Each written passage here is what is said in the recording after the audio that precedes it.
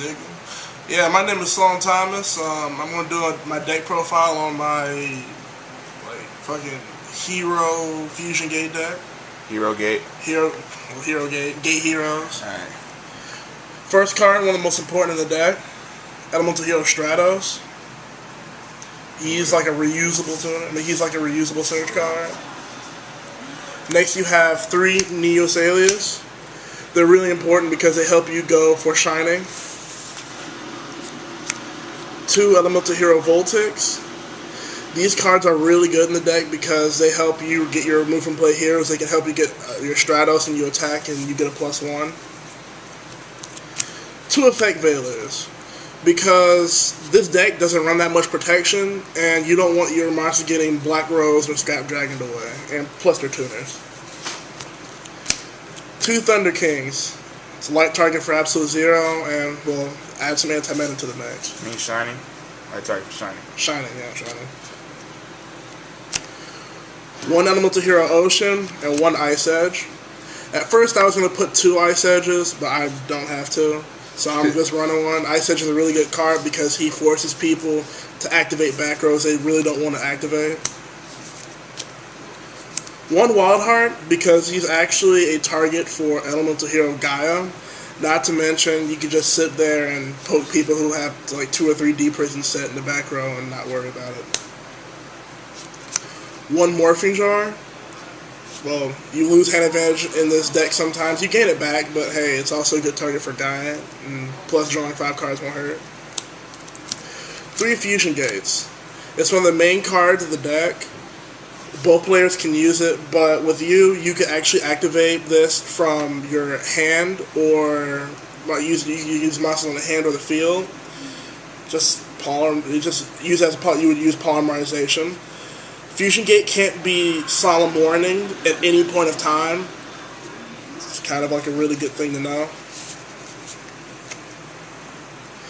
Because of the fact that you don't run that many monsters, you run 3 emergency calls. Helps you get your heroes to your hand. It's a really good top deck when you have a Fusion Gate out. Get your Stratos. 2 MSTs because Mino like you back rows. That's their staple. 2 Forbidden Lances. I was running 3. 3 became a bit of a dead draw, so I run 2 instead. They can be used as a shrink. Plus, if someone wants to bottomless your heroes or TT, you can activate this. Save them. 2 Dualities. You can special summon a lot in this deck, but you don't have to do it every turn. Plus, this card is really good for you to get your pieces together. Good thing it's getting reprinted there. 2 Miracle Fusions. Because for the most part, in all reality, most of your heroes end up being removed from play. But the actual heroes that are in your graveyard, the fusions, they just kind of stay there dead. So you Miracle Fusion them back and get them back with Shining. Reuse them. 1 Rhoda, because hey, most of the heroes are all warriors, so why not? 1 Monster Reborn staple. Dark Hole staple. Giant Trunade to make your push. 1 Terraforming, you could use 2 or 3. If you ran 3, then I wouldn't really run Duality because Duality is only there to make sure you get your Fusion Gate so your deck can go off. 1 Super Poly. I don't run 2. I'm gonna run 2 when the new hero stuff comes out in Generation Force. It's a really good card to use. Plus, when you're attacking, you have multiple heroes out, and they mirror force you. You can activate, Super Poly to get around Deep Prison or anything like that. 1 Return from Different Dimension.